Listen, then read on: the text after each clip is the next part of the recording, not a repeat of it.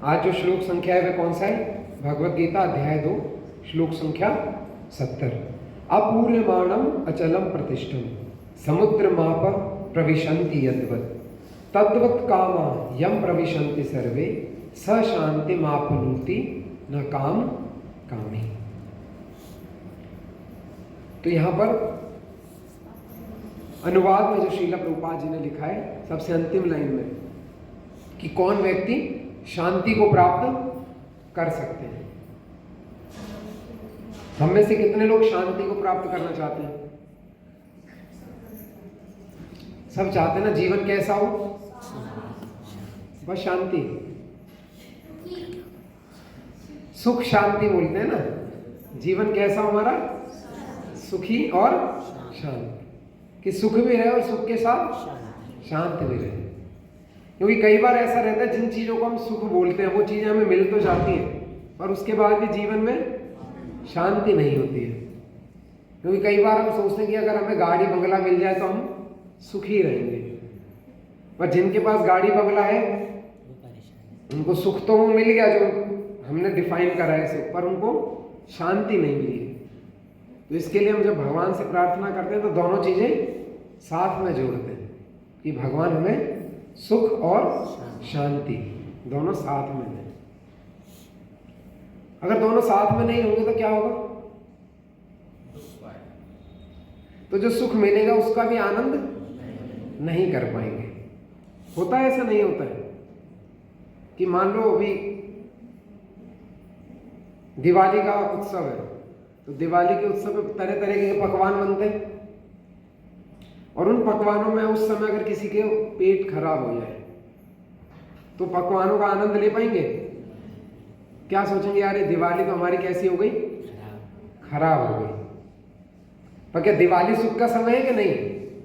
अब पकवान सुख के समय है कि नहीं? पर ये दोनों होते हुए भी आनंद आया? नहीं आया। तो उसी प्रकार ये तो जीवन के बहुत छोटे छोटे भौतिक सुखों की हम बात कर रहे हैं, पर यहां पर प्रभुपाद जी लिखते हैं कि जीवन में ओरिजिनल या संपूर्ण सुख की प्राप्ति और शांति की प्राप्ति केवल कौन कर सकता है? भगवान नहीं। कौन कर सकते हैं? समुंदर की तरह कौन कर सकते हैं? भक्त। भगवान को भी जब ये सीखना था ना कि भक्त इतना आनंद किस चीज का महसूस करते हैं, तो भगवान को भी क्या बनकर आना पड़ा? क्या बनकर आना पड़ा? आपको पता है भगवान भी भक्त बनकर आना पड़ा। भगवान ऊपर बैठे बैठे सोचते थे कि ये जो मेरे भक्त हैं इनको इतना आनंद किस बात का आता है कि मैं तो यहां बैठा हूं गोलोक में अपनी बंसी बजा रहा हूं, वो नीचे धरातल पर रह रहे हैं या कहीं किसी और लोक में रह रहे हैं, उनको मेरी भक्ति करने में आनंद किस बात का आ रहा है। कभी कभी भगवान विचलित हो जाते थे इस बात से और सोचते थे जो गोपियां हैं ये इतना दुख सहने के बाद भी क्यों मेरे से प्रेम करने को इतनी लालायित रहती हैं। तो जब भगवान के समझ में नहीं आया तो भगवान ने क्या बनने का प्रयास करा कि मैं भी एक भक्त बनता हूं। और जब वो भक्त बनकर आए तो उनका नाम क्या हुआ? श्री चैतन्य महाप्रभु, जिनको हम बोलते हैं गौरांग महाप्रभु। चलो थोड़ी अच्छी कथा की तरफ बढ़ गए। तो आज हमारे सबसे सीनियर आचार्य आप कह सकते हैं, हमारे संप्रदाय के पहले आचार्य, आज उनका जन्म दिवस है। तो जो हम लोगों ने अभी चर्चा करी कि भगवान को भक्त बनकर आना रहा है, यहाँ पे भक्त बनकर आए, तो भगवान जब भक्त बनकर आए तो उनको बुलाने में जो सबसे अहम योगदान था वो सबसे अहम योगदान किसका था? अद्वैत आचार्य का। तो हम थोड़ा भी अद्वैत आचार्य जी पे भी चर्चा करेंगे। वैसे तो हमारी कथा भी हमारी उस तरफ ही जा रही थी और आज अद्वैत आचार्य जी का पेरेंट्स डे भी है तो हमें सुनना चाहिए। सबसे पहले तो आपको जानने की जरूरत है कि अद्वैत आचार्य है कौन। कथाओं से नहीं तो कम से कम पहले यहाँ पर फोटो में हम लोग देखेंगे। यहाँ पर पंचतत्व की फोटो दिख रही है? ये किन का फोटो है? इनको बोला जाता है पंच तत्व। तो जो सेंटर में कौन है? श्री कृष्ण चैतन्य। अब कंफ्यूज हो जाते हैं कि किस तरफ बढ़े। तो हमेशा नित्यानंद महाप्रभु कौन से ड्रेस में रहते हैं? नीले ड्रेस में। तो कंफ्यूजन खत्म हो जाती है। तो चैतन्य महाप्रभु के राइट साइड में, दायां हाथ बोलते हैं राइट में, दाएं हाथ में कौन खड़े हैं? नित्यानंद महाप्रभु। जय श्री कृष्ण चैतन्य प्रभु नित्यानंद। श्री अद्वैत, अद्वैत आता है ना उसमें, श्री अद्वैत। तो श्री अद्वैत कौन है? फिर से एक कदम दाएं हाथ की तरफ आओ, बढ़ो। तो ये जो दाढ़ी वाले यहाँ पर दिख रहे हैं सफेद जैसे, ये है श्री अद्वैत आचार्य। अब दोबारा से चैतन्य महाप्रभु के पास पहुंचो। जय श्री कृष्ण चैतन्य प्रभु नित्यानंद श्री अद्वैत। अब फिर कौन है? गदाधर पंडित। और उनके बाद अब लेफ्ट साइड की बारी है, गदाधर, फिर श्रीवास, फिर उसके बाद क्या आता है? श्रीवास आदि गौर भक्त वृंद। जितने भी गौर, ये जो हमारे सूर्य संप्रदाय में जितने भी भक्त हैं, उन सबको हम फिर प्रणाम करते हैं। ये अद्वैत प्रणाम है। अद्वैत प्रणाम मतलब जब हम आचार्यों के जो बर्थडे आते हैं उस समय भी हम लोग जन्म दिवस पे प्रणाम मंत्र रहते हैं सबके। तो यहाँ पर जो अद्वैत आचार्य हैं, हम जानेंगे कथा में कि उनकी क्या है, वो क्या तत्व है अद्वैत आचार्य का। और यहाँ पर हम प्रणाम एक बार बोलने का प्रयास करते हैं। आप सुनिएगा, अगर आप पीछे दोहरा सके तो दोहराने का प्रयास करिएगा। अद्वैतम हरिण अद्वैताचार्य भक्तिम शंसनाथ भक्तावतारमीशम तम अद्वैताचार्यम अशरे निस्तारिता शेष जनम प्रेमामृताब्दो परिमग्रचित्तम चैतन्य चंद्रावृतम अचिंतम तम अद्वैत चंद्रम शिरसा नमामि। श्री अद्वैत नमस्तुभ्यं कलिजना कृपा निधे गौर प्रेम प्रदानाय श्री सीतापतये नमः। इनका अर्थ हम पढ़ते हैं। पहला जो मंत्र पढ़ा उसका अर्थ है हरि अर्थात परमेश्वर से अभिन्न होने के कारण वे अद्वैत कहलाते हैं, और भक्ति संप्रदाय का प्रचार करने के कारण वे आचार्य कहलाते हैं। वे भगवान के भक्तों के स्वामी तथा भक्तावतार हैं, अतएव मैं उनकी शरण ग्रहण करता हूँ। दूसरा मंत्र, मैं अपना शीश कृपालु श्री अद्वैत चंद्र के चरणों में रखकर उन्हें विनम्र नमस्कार करता हूँ, जिनका हृदय प्रेम के सागर में डूबा हुआ है। वे असीमित संख्याओं में भक्तों का उद्धार करते हैं और श्री चैतन्य चंद्र द्वारा सम्मानित व उपासित किए जाते हैं। तीसरा, हे श्री अद्वैत आचार्य, आप कलयुग के पतितों के लिए कृपा के समुद्र हैं। आप श्री चैतन्य का प्रेम प्रदान करने वाले हैं तथा श्रीमती सीता ठाकुरानी के पति हैं। मैं आपको नमस्कार करता हूँ। जय श्री अद्वैत आचार्य आविर्भाव दिवस की जय। तो हम लोग थोड़ा अद्वैत आचार्य जी के थोड़ा बैकग्राउंड के बारे में देखते हैं। जैसा भी हमने चर्चा करी, चैतन्य महाप्रभु किन के अवतार हैं? श्री कृष्ण के। तो उसी प्रकार अद्वैत आचार्य सीरीज है। जैसे जब यूनिवर्स का रचना हो रहा था, तो किसने करा है यूनिवर्स का रचना? ब्रह्मा जी ने तो किसी एक यूनिवर्स का रचना करा है। और पूरे ब्रह्मांड में कितने यूनिवर्स हैं? अनंत असंख्य यूनिवर्स हैं। उनकी रचना किसने करी? महाविष्णु। पर महाविष्णु कहां से आते हैं? संकर्षण से उदय। संकर्षण कहां से आते हैं? अब महाविष्णु, अच्छा कृष्ण कैसे? कृष्ण के बारे में जब चर्चा होती है तो कृष्ण को हम लोग किस चीज से मोहित कर सकते हैं? अगर कृष्ण को हमें प्रसन्न करना हो तो कैसे प्रसन्न करेंगे? हरि नाम कीर्तन और मतलब कलयुग में, चलो हम वृंदावन में रहते हैं। वृंदावन में भगवान कृष्ण कैसे खुश होते थे?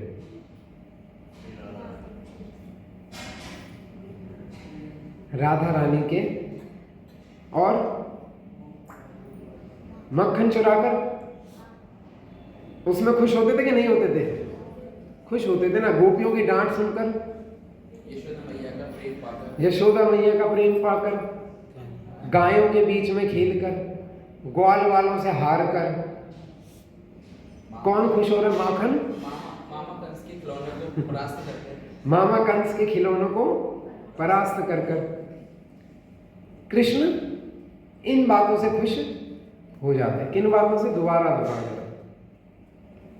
माखन चुराकर, यशोदा मैया की डांट सुनकर, प्रेम पाकर, गोपियों के द्वारा छेड़े जाने पे खुश हो जाते हैं, गायों के साथ खेलने पे खुश हो जाते हैं, ग्वाल बालों से हारने पे खुश हो जाते हैं। तो ये कौन है?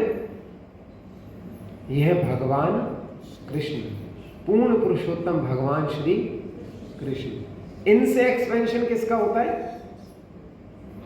बलराम जी का। और उसके बाद जब हम चलते चलते आगे जाते हैं तो महाविष्णु। अब सोचिए, ऐसे कृष्ण जो वृंदावन में रहते हैं और इतनी छोटी छोटी बातों से प्रसन्न हो जाते हैं, वो रूप किसका ले लेते हैं फिर अपने एक्सपेंशन में? महाविष्णु। और महाविष्णु का रूप कितना बड़ा है? बहुत बड़ा, आप कल्पना भी नहीं कर सकते। और कृष्ण कैसे? कृष्ण यशोदा मैया की गोदी में ही आ जाते हैं। तो इतने छोटे कृष्ण और इतने बड़े महाविष्णु आ सकते हैं? ऐसा संभव हो है? कृष्ण तो हमारी तो चलो नहीं, मैया यशोदा की गोदी में कृष्ण खेलते थे, और उन्हीं कृष्ण से किसका सृजन होता है? महाविष्णु का। तो ये बातें हमें कहां पता लगती हैं? हमारे शास्त्रों में। तो कृष्ण बताते हैं, कृष्ण को क्यों प्रेम अवतार कहा जाता है? क्योंकि कृष्ण भक्तों के प्रेम आवेश में आकर इतनी बड़ी पदवी होते हुए भी इतने छोटे स्तर पर आकर भक्तों से आदान प्रदान करते हैं। जब किसी बड़े बड़े देश के राष्ट्रपति, प्रधानमंत्री किसी जगह पे सफाई करने भी जाते हैं तो उस जगह की पहले ही सफाई कर दी जाती है कि जब वो आए तो बस हल्की सी झाड़ू लगा लें और फोटो हो जाए। कि किसने सफाई करी है? राष्ट्रपति ने और प्रधानमंत्री ने। पर जब भगवान कृष्ण आते हैं भक्तों के बीच में तो वो कैसे आते हैं? वो इन सब आड़ आगंबर को त्याग कर आते हैं। जब भगवान वृंदावन में प्रवेश करते हैं तो चाहते हैं कि मेरे को भगवान की तरह कोई ना पूजे। वहां पर वो क्या रहना चाहते हैं? एक ग्वाल बाल की तरह रहना, ताकि वो वहां पर खुश रहे। अगर भगवान बन जाएंगे तो फिर क्या होने लग जाएगा? फिर बिजनेस शुरू हो जाएगा। जो गोपियां उनको डांटने आती थी वो कभी डांट पाएंगी?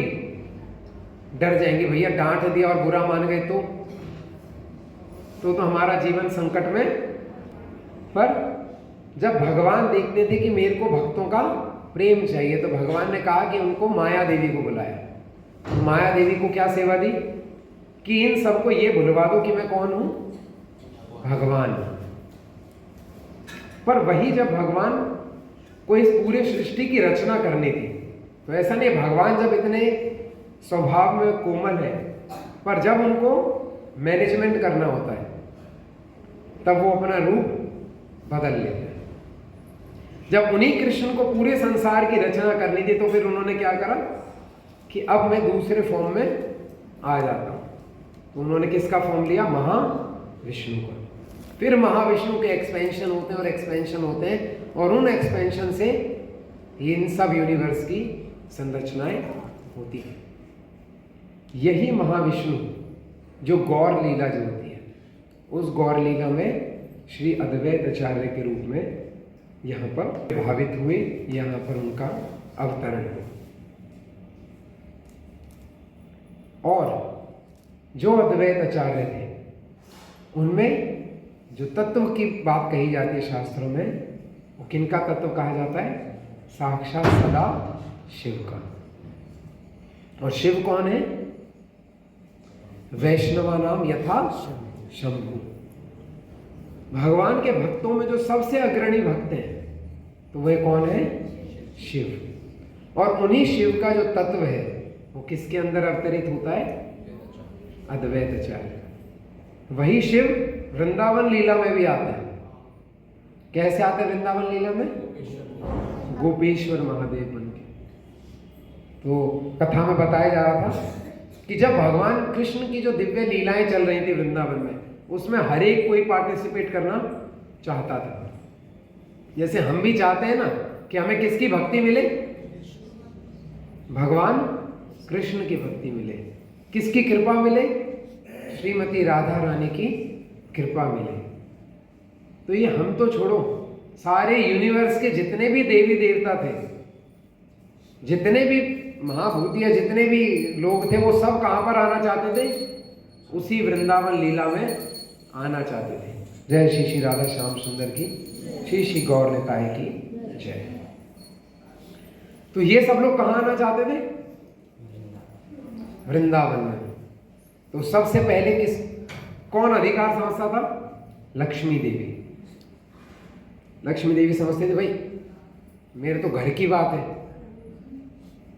है ना। जैसे शास्त्रों में भी लिखा हुआ जितने भी अवतार हैं, जितने भी अवतारों का यहाँ पर अवतरण होता है वो किससे आते हैं? विष्णु से ही आते हैं। स्वयं कृष्ण है और वो भी कैलकुलेशन है कि ऐसा नहीं कि हर बार साक्षात कृष्ण इस धरती पर आते हैं। चलो वो चीज भी हम आज चर्चा करते हैं। ऐसा कहा जाता है कि जिस साइकिल में ब्रह्मा जी, कितने वर्ष की आयु रहती है ब्रह्मा जी की? 100 वर्ष की उम्र। और उन 100 वर्ष की उम्र में ये जो आपके ब्रह्मा जी के एक वर्ष में कितने साइकिल होते हैं? किसी को एग्जैक्ट कैलकुलेशन पता है? 28 बार कलयुग। अच्छा ये 28 में चल रहे हैं। अच्छा नहीं तो ये 28वां नहीं होगा प्रभु, ये तो थोड़ी सी कैलकुलेशन, नंबर्स में हम नहीं जाते अभी, पर इस चीज को एक बार समझने का थोड़ा सा प्रयास करिए। ब्रह्मा जी के एक दिन में बहुत बार कलयुग आते हैं।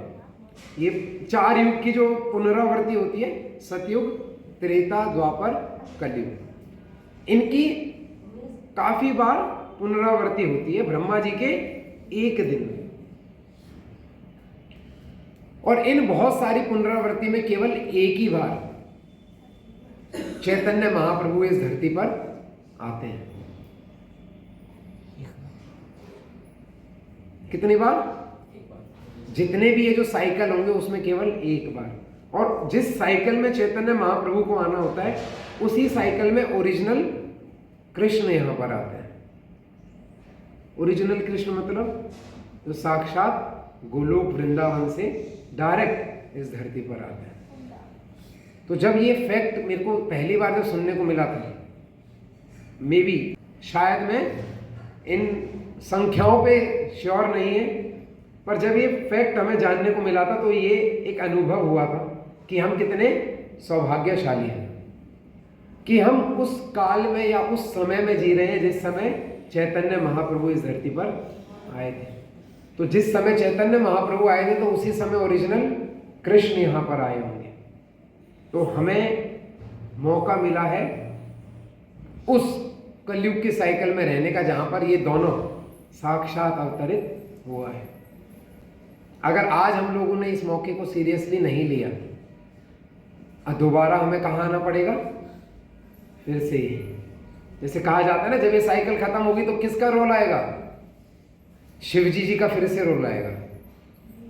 अभी तो शिवजी जी किस रूप में? गोपेश्वर महादेव। कहा जाता है शिवजी जी फिर अलग अलग रूप, गोपियों के रूप में आते हैं राधा रानी को असिस्ट करने, ग्वाल बाल का रूप लेते हैं कृष्ण को असिस्ट करने के लिए। पर जो इनकी नहीं सुनता फिर उनको साक्षात शिव आते हैं तांडव करने के लिए, इसी जन्म मृत्यु के चक्र में। फिर से अलग अलग योनियों में जाओ और फिर से इंतजार करो भगवान के भक्तों की कृपा प्राप्त करने की। तो आज हम लोगों के पास मौका है किसकी कृपा प्राप्त करने का? चैतन्य महाप्रभु की कृपा। हो सकता है आने वाले युग में चैतन्य महाप्रभु अगली साइकिल में आएंगे नहीं, ये श्योर है, शास्त्रों में लिखा हुआ है। तो अगले साइकिल में अगर हम लोग आ गए तो हमें चैतन्य महाप्रभु के दर्शन दुर्लभ होंगे, पता ही नहीं चलेगा। अगर इसी ब्रह्मा जी की इसी यूनिवर्स में हमने जन्म लिया, जैसे जब भगवान की ब्रह्म विमोहन लीला होती है तो उसमें बताया जाता है कि केवल एक ही संसार की सूचना नहीं हो रखी है, केवल एक ही ब्रह्मा जी नहीं है, ऐसे असंख्य ब्रह्मा है और उन असंख्य ब्रह्माओं के असंख्य यूनिवर्स है। हो सकता है हमें पता नहीं कहां पर किस जगह एंट्री मिलेगी, पर कहां एंट्री नहीं मिलेगी जो श्योर है, भगवान कृष्ण के धाम में। जैसे साक्षात लक्ष्मी जी को एंट्री नहीं थी, शिव जी को एंट्री नहीं थी, किसी देवी देवता को एंट्री नहीं थी, तो हमारी औकात इनसे ऊपर है कि इनसे नीचे? इनसे ऊपर है या इनसे बताइए, नीचे के ऊपर? इनसे ऊपर। हाँ यस, क्योंकि जो ऊपर बैठे बैठे देवी देवता रहते हैं ना, जो स्वर्ग के राजा इंद्र है या जो वरुण है या जो अग्नि है, वो जब भक्ति को देखते हैं कि भक्ति कहां पर आसानी से हो सकती है, यहीं धरती पर। स्वर्ग लोक में भक्ति नहीं हो पाती, वो तो बहुत ज्यादा भोग में रहते हैं। अगर उनको मन भी कर आता है ना कि यार हमें भी भक्ति करनी है, तो वो किसकी तरफ देखते हैं? धरती की तरफ देखते हैं। तो हमारी किससे ऊपर स्थिति है? स्वर्ग के राजा इंद्र से भी हम ऊपर है। क्यों है ऊपर? हरे कृष्ण कृष्ण कृष्ण हरे हरे, हरे राम राम राम हरे हरे। ये ना सोचें कि हाँ आज तो बढ़िया मजा आ गया, हम तो इंद्र से ऊपर है, तो हमें पता ही नहीं था। हम केवल इस कारण से ऊपर है क्योंकि हम हरे कृष्ण महामंत्र का जप कर पा रहे हैं। अब ऐसा नहीं है बाहर जाकर आप कहोगे ए वर्षा के क्लाउड, मैं इंद्र से भी ऊपर हूं, आ जाओ यहां बारिश करो, क्योंकि इंद्र किसके राजा हैं? वर्षा के। अब बाहर जाकर आप ये एक्सपेरिमेंट मत करना। हम कैसे ऊपर हैं? क्योंकि हमें श्रील प्रभुपाद और चैतन्य महाप्रभु और सभी परंपरा की वजह से इस हरे कृष्ण महामंत्र के बारे में पता चल पाए। जो देवी देवता और जो भगवान इन भक्ति तत्व के लिए जानने के लिए लालायित रहते हैं, वो भक्ति तत्व हमें मिल चुका है, उसकी हमें जानकारी हो चुकी है और उसको हम बड़ी आसानी से कर पा रहे हैं। किसी को मुश्किल होती है हरे कृष्ण बोलने में? चलो एक बार बोल के देखते हैं, बाद में बताना कौन कौन नहीं बोल पाया। हरे कृष्णा कृष्ण कृष्ण हरे हरे, हरे राम राम राम हरे हरे। किसी को तकलीफ हुई बोलने में? तो आप सब लोग किससे ऊपर हैं? सभी देवी देवताओं से ऊपर। तो ऐसा सुगम किसने बनाया यहाँ पे? इन आचार्यों ने। महाविष्णु और सदाशिव तत्व को लेके अद्वैत आचार्य जी का जन्म कहां पर हुआ? आज के बांग्लादेश में। जो आज का बांग्लादेश है, जब इस लेक्चर को मैं सुन रहा था तो मेरे को सुना कि बांग्लादेश तो पूरा धाम है। अगर गौर लीला की बात करी जाए, चैतन्य महाप्रभु की लीला की बात करी जाए, तो जितने भी बहुत बड़े बड़े भक्त हुए उन सबका जन्म कहां पर हुआ है? बांग्लादेश में। सबसे पहले अद्वैत आचार्य, उसके बाद वासुदेव पंडित, उसके बाद हरिदास ठाकुर। इन सबके जन्म भूमि कहां पर है? बांग्लादेश में। तो बांग्लादेश की आज कैसी हालत है? बांग्लादेश की हालत बहुत खराब है और ये सब घटनाएं श्री अद्वैत आचार्य ने उसी समय देख ली थी। क्योंकि जिस समय अद्वैत आचार्य का जन्म हुआ है तो बताया जाता है उसके बाद अद्वैत आचार्य धाम यात्रा को आते हैं। चलो ये प्रसंग हम लेते हैं और फिर उसके बाद हम लोग वापस बांग्लादेश जाएंगे। अद्वैत आचार्य बताया जाता है कि कुछ समय बाद उनके माता पिता की मृत्यु हो गई थी और उनके माता पिता के बारे में बताया जाता है कि उनके माता पिता ने भगवान कृष्ण से बहुत प्रार्थना करी थी कि हमें ऐसे पुत्र की प्राप्ति हो कि जिससे भगवान की भक्ति का प्रचार हो सके। क्योंकि आज का बांग्लादेश ऐसा नहीं कि शुरू से ही ऐसा ही था, वहां पर भी पहले कौन थे, बहुत सारे भक्ति रहते थे। जब इन भक्तों का वहां पर जन्म हुआ, जिनमें से एक फैमिली अद्वैत आचार्य के माता पिता है।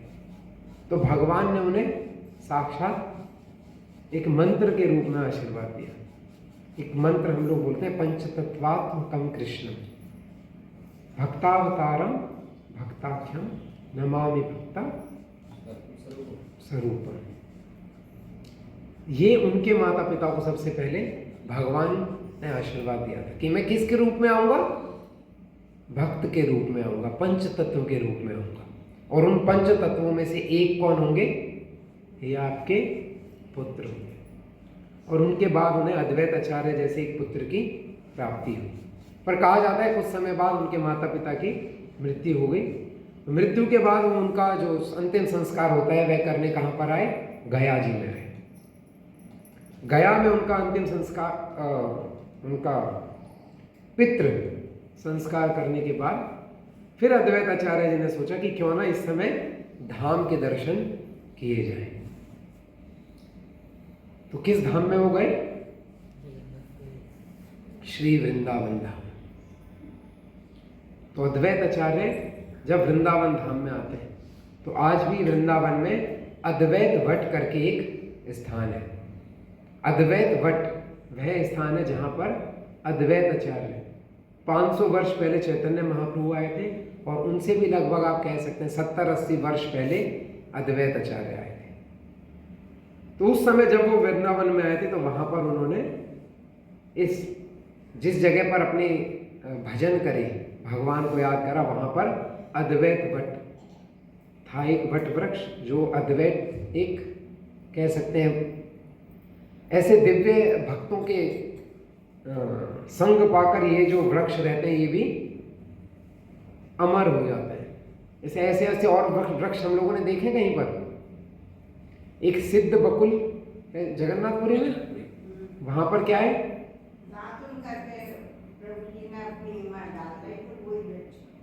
अच्छा वो अलग है बात है।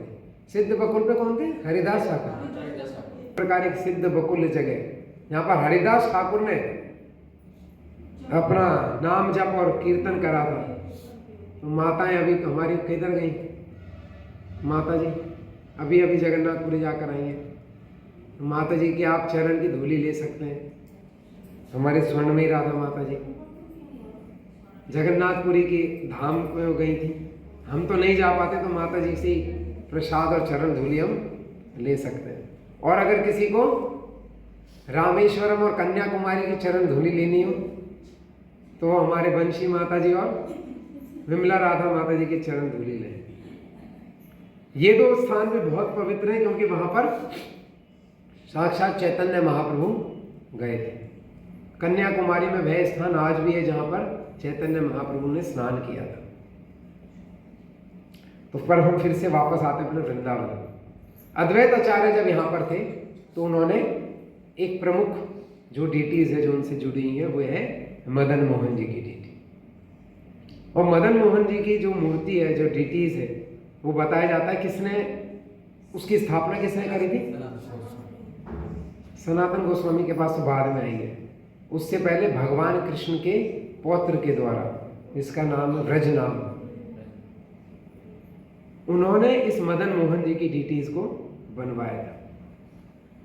और उस जो मूर्ति है वह उसके कुछ समय बाद विलुप्त हो गई थी और दोबारा से वो रिवील किसके पास हुई, रिवील मतलब साक्षात फिर जो मूर्ति दर्शन देती है श्री अद्वैत आचार्य के पास। तो अद्वैत आचार्य वहाँ काफ़ी समय तक रहते हैं, अपना भजन करते हैं और उसके बाद वो वापस किधर जाते हैं, अपने कर्म भूमि की तरफ, जो उन्होंने कहाँ पर स्थापित करी, शांतिपुर।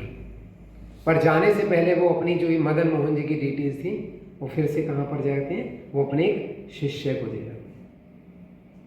और उसके बाद फिर से वह मूर्ति विलुप्त अवस्था में पहुंच जाती है।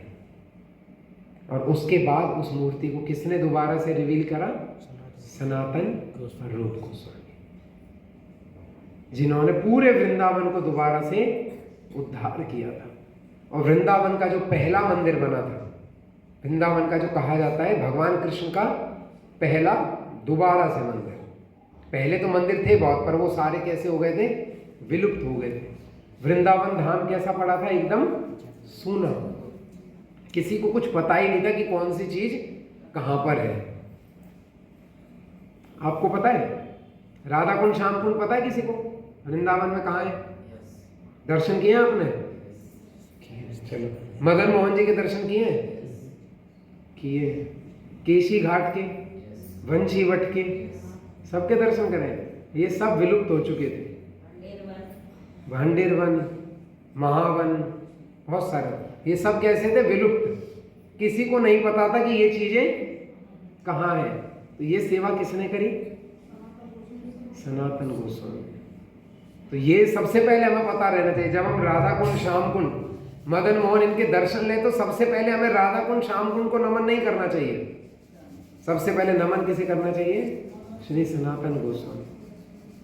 अगर वह उस समय यह सेवा नहीं करते तो आज हम लोगों को नहीं पता रहते कि कहाँ राधा कुंड और कहाँ श्याम कुंड है, कहाँ केशी घाट है, कहाँ वंशी वट है। तो उन्होंने वृंदावन का ये पहला मंदिर बनाया, जो बना मदन मोहन जी का। अद्वैत आचार्य शांतिपुर पहुंचते हैं।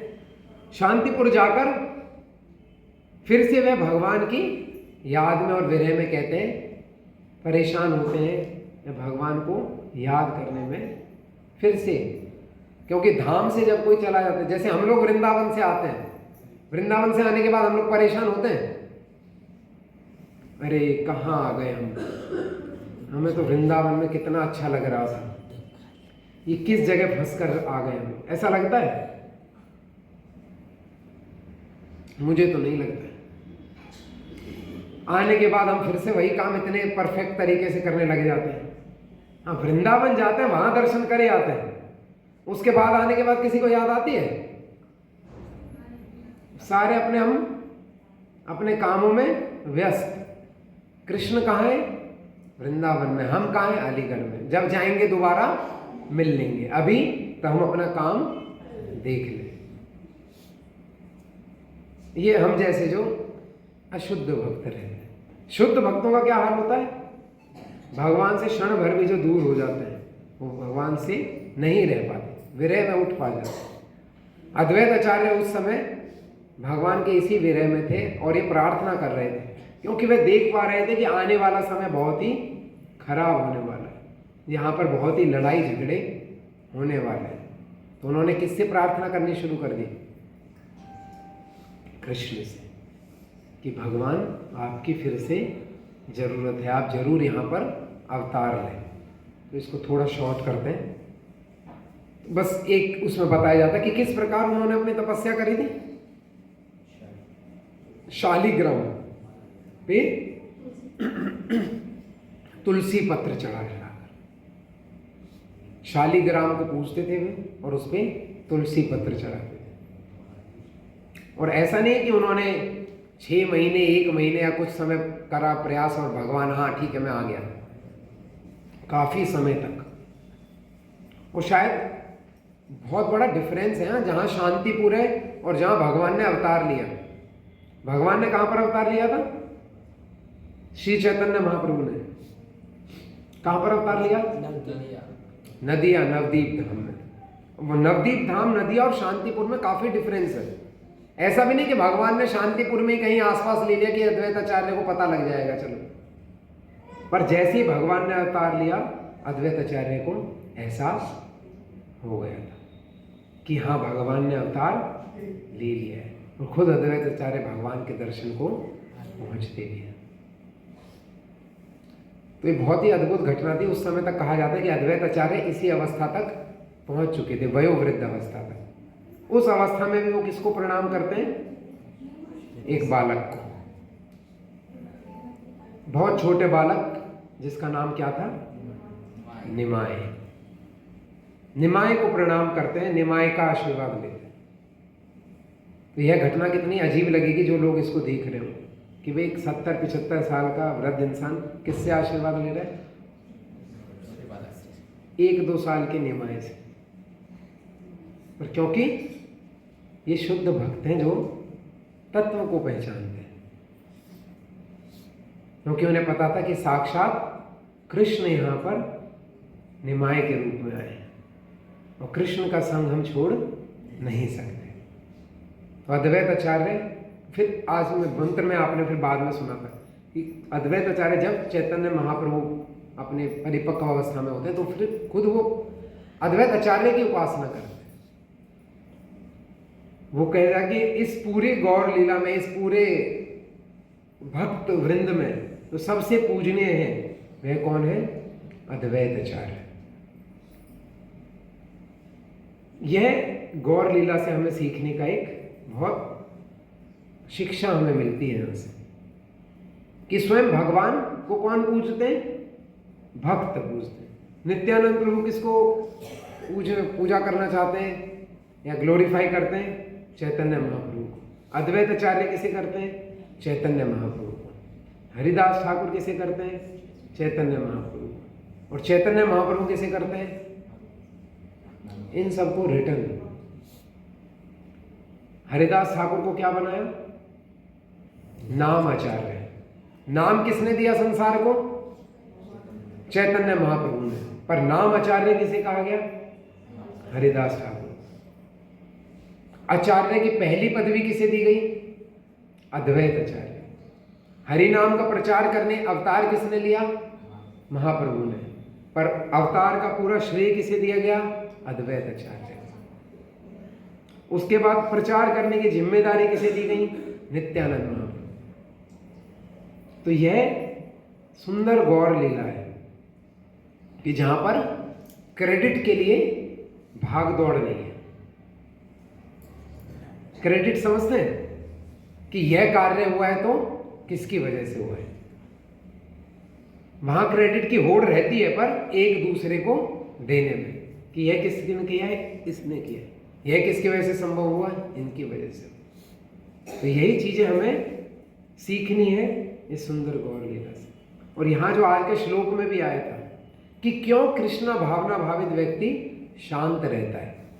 बस यही अगर गुण नहीं है, फिर आप चाहे कृष्ण भावना मृत का प्रयास भी कर रहे हैं तो भी शांत नहीं रह पाएंगे। क्योंकि कृष्ण, इसमें प्रभुपाद जी ने तात्पर्य में वर्ड लिखा है कि कृष्ण भावना भावित व्यक्ति पूर्ण होता है।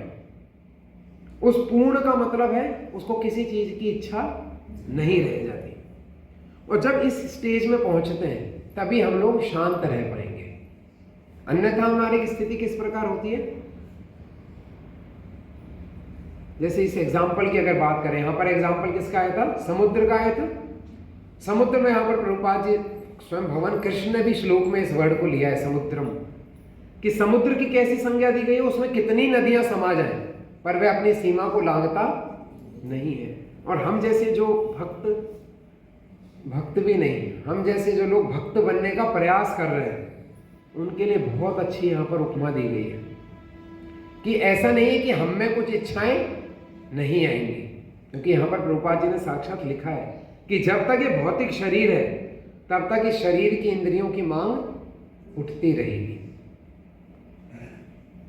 पर जो भक्त होगा वो उस मांग को पूरा करने के लिए उसके पीछे नहीं भागेगा, और जो अभक्त होगा वो उस मांग को पूरा करने के लिए उसके पीछे भागेगा। कुछ समझे? इसी प्रकार अन्य भौतिक इच्छाएं हमारे अंदर आती रहती हैं। और ऐसा नहीं है कि हम माला करेंगे तो इच्छाएं नहीं आएंगी, इच्छाएं तब भी आएंगी। पर फिर इस बात का हमें एहसास दिलाने के लिए वो इच्छाएं आती हैं कि आप इच्छाओं की तरफ भागते हैं कि कृष्ण की तरफ भागते हैं। किसकी तरफ? कृष्ण की तरफ या इच्छाओं की तरफ? अगर इच्छाओं की तरफ भागे तो फिर कंप्लेंट नहीं करनी चाहिए कि हमारे जीवन में सुख और शांति दोनों नहीं है। क्योंकि हम भगवान की जब भक्ति करने का प्रयास भी करते हैं, एक बार भी अगर हरे कृष्ण महामंत्र हम लोग लेते हैं तो हमारे जीवन में समझ जाइए कि सुख ही सुख भरा हुआ है। क्योंकि जो लोग भगवान कृष्ण का नाम ले रहे हैं उनके जीवन में क्या है? केवल सुख, दुख हो ही नहीं सकता।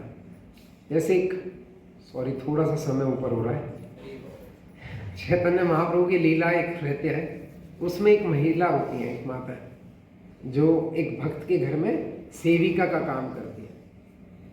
उसका नाम पता क्या था? उसके जीवन की परिस्थितियों को देख देख कर उसका नाम ही रख दिया था दुखी। हाँ, ये सही है, सच्ची घटना है, चैतन्य महाप्रभु से जुड़ी, क्योंकि उनके शरीर से वो थोड़ी विकलांग आप कह सकते हैं, दिव्यांग कह सकते हैं। पूरा जीवन भर उन्होंने केवल कष्ट ही उठाया, पर वो किसके घर में सेवा करते थे? एक भक्त के घर में सेवा करते थे। शायद वासुदेव पंडित या किसी भक्त के घर में वे सेवा करते थे। जब चैतन्य महाप्रभु उन भक्त के घर पर गए और उन्होंने उनको देखा सेवा करते हुए, तो फिर उन्होंने पूछा कि यह कौन है? तो उन्होंने बताया कि ये तो दुखी है। चैतन्य महाप्रभु ने कहा कि एक भक्त के घर में अगर कोई सेवा कर रहा है तो वह दुखी नहीं हो सकता, वह तो परम सुखी होगा। तो चैतन्य महाप्रभु उनके पास जाते हैं और ऐसे उनके चिन्ह पर हाथ रखते हैं और उनको बोलते हैं कि यह दुखी नहीं, ये तो सुखी है।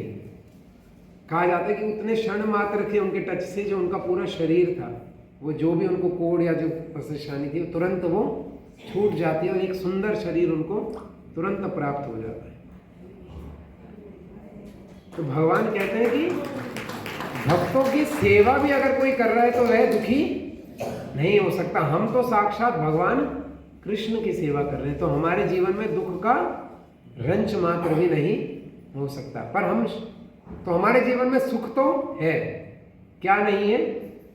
शांति नहीं है, क्योंकि हम इच्छाओं के पीछे भागते रहते हैं। जिस दिन हम इच्छाओं के पीछे भागना छोड़ देंगे, उस दिन हमारे जीवन में दोनों चीजें हमें देखने को क्या क्या मिलेंगी? सुख और शांति। तो भगवान से हमें बस एक ही चीज की प्रार्थना करनी है। श्रील प्रभुपाद की कृपा से और गुरु महाराज की कृपा से हमें क्या मिल चुका है? हरि नाम मिला है सबको। हरे कृष्ण कृष्ण कृष्ण हरे हरे, हरे राम राम राम हरे हरे। और भगवान से केवल एक प्रार्थना आप करनी बाकी रह गई है कि भगवान, भक्तों की कृपा से हमें हरि नाम तो मिल गया है, पर अब हमें कृपा दो कि इस हरि नाम को हम श्रद्धा पूर्वक ले सकें, बिना इच्छाओं के ले सकें, और अगर इच्छा आ भी जाए तो उनके पीछे ना भागें। बस इतनी ही प्रार्थना करनी है। अगर इतनी प्रार्थना भी भगवान ने हमारी सुन ली, क्योंकि अगर हम सच्चे मन से करेंगे, जैसे प्रभु जी ने कल एक एग्जाम्पल लिया था, हम कैसे खिड़की के पास खड़े होकर बात कर रहे थे, कह रहे थे कि इतने टाइम्स अगर, क्या कैलकुलेशन प्रभु जी कि इतने मंत्र लेने पे जो बात होती है सच हो जाती है? अच्छा, कुछ प्रभु जी का फैक्ट बोला था प्रभु जी ने कि कोई व्यक्ति अगर करोड़ हरि नाम ले ले, ठीक है, करोड़ मान लेते हैं, फिर से नंबर में हम लोग फेल हो जाते हैं, करोड़ हरि नाम अगर कोई ले ले तो उसके मुख से कोई बात निकलेगी ना तो वह सत्य हो जाएगी, पर वह शुद्ध भक्तों के लिए होता है। अब आप अपने नाम कैलकुलेशन मत करने लग जाना कि कितने करोड़ में कितने बाकी हैं, कि पहले हम अपना करोड़ ही पूरा कर लें, उसके बाद तो फिर दुनिया हमारी है। ऐसा ना समझे कि फिर से, क्योंकि अगर एक बार करोड़ नाम आपने इस प्रार्थना के साथ ले लिया तो भगवान स्वयं आपके हृदय में आ जाएंगे। और भगवान जब एक बार हमारे हृदय में आ जाते हैं तो ध्रुव महाराज जैसे परम तपी इंसान भी, जो पूरे ब्रह्मांड का शासन लेने के लिए तपस्या कर रहे थे, वो भगवान की भक्ति के लिए तपस्या नहीं कर रहे थे, किसके लिए तपस्या कर रहे थे? ब्रह्मा जी से भी बड़ा साम्राज्य लेने के लिए। पर जैसे ही भगवान उनके सामने आए तो उन्होंने क्या कहा? केवल दर्शन मात्र से कि भगवान मुझे माफ कर दो, कि मैं शायद कुछ गलत ही समझ बैठा था और किस गलत इच्छा से मैं तपस्या को कर रहा था, मुझे माफ करना कि मैंने आपसे क्या मांग लिया? ब्रह्मा जी से बड़ा साम्राज्य मांग लिया। मुझे ये नहीं चाहिए, मुझे तो केवल क्या दे दो? अपना प्रेम दे दो।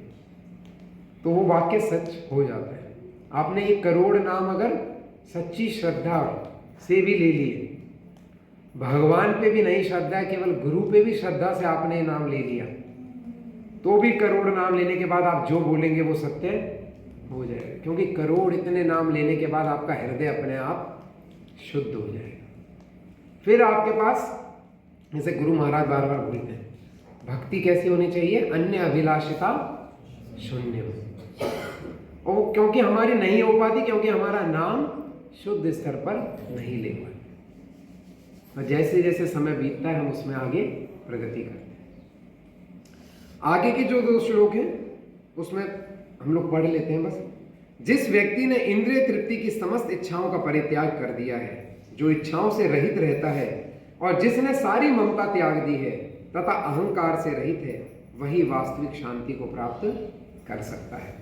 अब यहां ममता त्यागने को आप ये ना समझे कि हमें सबसे ही प्रेम त्याग देना है, क्योंकि यहां पर माताएं बैठी हुई और माताओं के लिए ये वर्ड थोड़ा हृदय के समीप रहता है, और हमारे लिए भी। हम जब छोटे थे तो हमें भी इस ममता की बहुत जरूरत थी या नहीं थी? चलो प्रभु जियों से पूछते हैं, थी नहीं थी? कि नहीं कोई कह सकता है ऐसा, कोई भी यहाँ पर बच्चा कि हमें बचपन में नहीं, हमें कोई जरूरत नहीं थी माता पिता के प्यार की? सबको रहती है ना। वही माता पिता है, पिता तो ठीक है, पिता भी करते हैं, पर माताएं ज्यादा करती है शिशु से।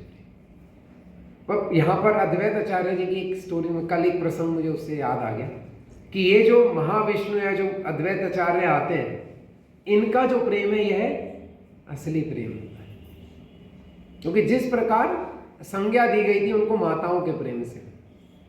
अगर किसी माता को पता लग जाए कि उसका बच्चा कहीं बंबई में, मान लो कि यहाँ का आपका किसी का बेटा बंबई में रहता है और उसका एक्सीडेंट हो जाए, और आपके कोई जानने वाले वहां से डॉक्टर का प्रबंध कर दें, तो आप शांत हो जाओगे? होंगी कोई माताएं या माता पिता दोनों ही? अगर एक बार पता लग जाए कि बच्चे का एक्सीडेंट हो गया, तो क्या प्रयास करेंगे कि हम, शायद माता पिता में से कोई भी डॉक्टर नहीं है, पर चाहेंगे हम तुरंत कहाँ पहुंच जाए? उसके पास पहुंच जाए। पास जाके क्या करेंगे? इलाज करेंगे? इलाज तो आता ही नहीं है, फिर क्या करोगे जाके? संतुष्टि।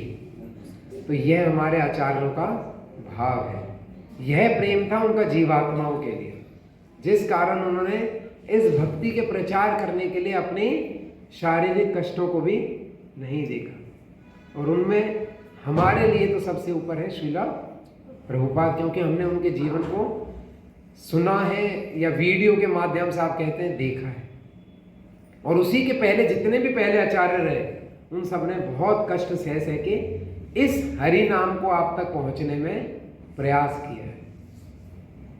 तो अगर आपके माता पिता आपके पास पहुंचते, मान लो आपको चोट लग गई, तो आप उनसे क्या कहोगे? कि आने की कोई जरूरत नहीं थी? जब कोई, ठीक है पिताजी से तो एक बार कोई भूल भी दे, पर कोई माता को देख लेता है तो तुरंत रो जाते हैं, क्योंकि वो एक अनूठा ही प्रेम होता है, माता को अपने बच्चे से और बच्चे को अपनी माँ से।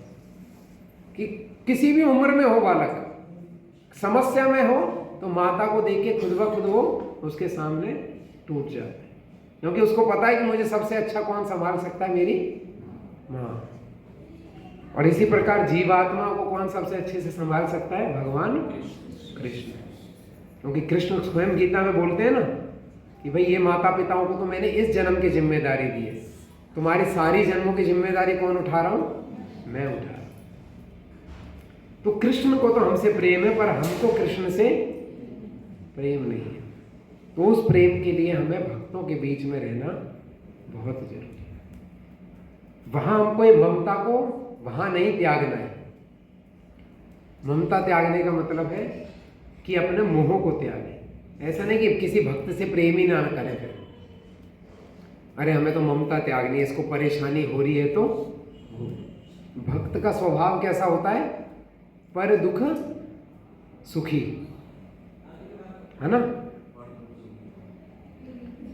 पर दुख दुखी, ये भक्त का स्वभाव है। दूसरे के दुख को जो देखकर दुख को महसूस कर सके। ऐसा नहीं कि दूसरे के दुख को सुखी हुआ, हाँ अब आया मजा। ये बड़े बनते थे, भक्त बनते थे। अब देखो कैसे परेशान है। अब माया ने मार लगाई है तो गिर गए ना। ऐसा आता है भावना कि नहीं आती? कोई हाथ नहीं खड़ा करता है, पर मैं हाथ खड़ा करूं। ऐसी भक्तों में ही भावना आती है। जो हम जैसे प्रयासरत भक्त रहते हैं ना, बहुत जल्दी ये भावना आ जाती है कि कोई दूसरा गिर जाता है तो तुरंत अरे गिर गए। हमने तो पहले ही कही थी, ज्यादा ही इतराते गिरोगी। तो भावना कैसी होनी चाहिए? पर दुख दुखी। ये भावना जैसी हम में आई, ये भी पर दुख सुखी। और ये आ जाए तो कहना वो तो गिरे, उससे ज्यादा कौन गिरा? हम। अगर हम में ऐसी भावना आई, क्योंकि उनको तो ठीक है, उनके कर्मों का फल मिला, हमें किसका फल मिला? अपनी भावना का। तो उनसे भी ज्यादा दुर्गति किसकी होगी? हमारी होगी। हमें प्रार्थना क्या करनी चाहिए? अगर किसी भक्त के जीवन में हम परेशानी देखते भी हैं तो हमें भगवान से प्रार्थना करनी चाहिए कि भगवान इस भक्त को शक्ति दें। यह भक्त आपकी सेवा करना चाहता है या कर रहा है, पर जीवन में ये परेशानी चल रही है, तो इसको कृपया करके इस परेशानी से आगे बढ़ाओ, ताकि किसकी सेवा चल सके? कृष्ण की सेवा चल सके। तो ये सच्ची ममता भक्त को अपने अंदर जगानी है और झूठी ममता का त्याग करना है। और ये जो अंतिम श्लोक है, इसमें प्रभुपाद जी लिख रहे हैं, यह आध्यात्मिक तथा ईश्वरीय जीवन का पथ है जिसे प्राप्त करके मनुष्य मोहित नहीं होता। यदि कोई जीवन के अंतिम समय में भी इस तरह स्थित हो तो वह भगवत धाम में प्रवेश कर सकता है। तो यह मन स्थिति हमें अपनी बनानी है, इच्छाओं से रहित और भगवान के प्रेम के प्रति आतुर होकर हमें अपने भक्ति पथ में बने रहना है। और इसके बाद कुछ समय पश्चात जिस चीज की हम सबको तलाश है वह हमें अवश्य ही मिलेगा। तो इस प्रकार आप लोग प्रयास करें कि घर पे जाके इन 3 श्लोकों को दोबारा पढ़ें, क्योंकि इसमें और भी काफ़ी इंपॉर्टेंट पॉइंट आप लोग यहाँ पर देखेंगे। और आज के हम इस चर्चा को यहीं पर ही विराम देते हैं। इस प्रकार श्रीमद् भगवद गीता की 2य अध्याय गीता का सार का भक्ति वेदांत तात्पर्य पूर्ण हुआ। जय ग्रंथराज श्रीमद् भगवद गीता की। तो किसी का कोई प्रश्न है?